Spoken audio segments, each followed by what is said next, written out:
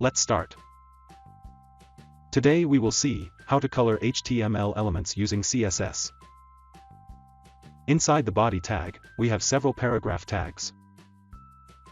This is how we can set the background color of an HTML element. This is how we can set the text color of an HTML element. This is how we create a border around an HTML element and color it. The color could be of RGB and Hsla formats. This is how we can color an element in RGB format.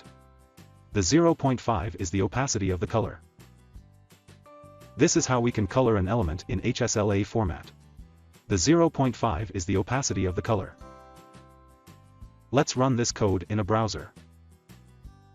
As you can see, we have implemented background color, text color, border color, RGB color, and Hsla color in the CSS.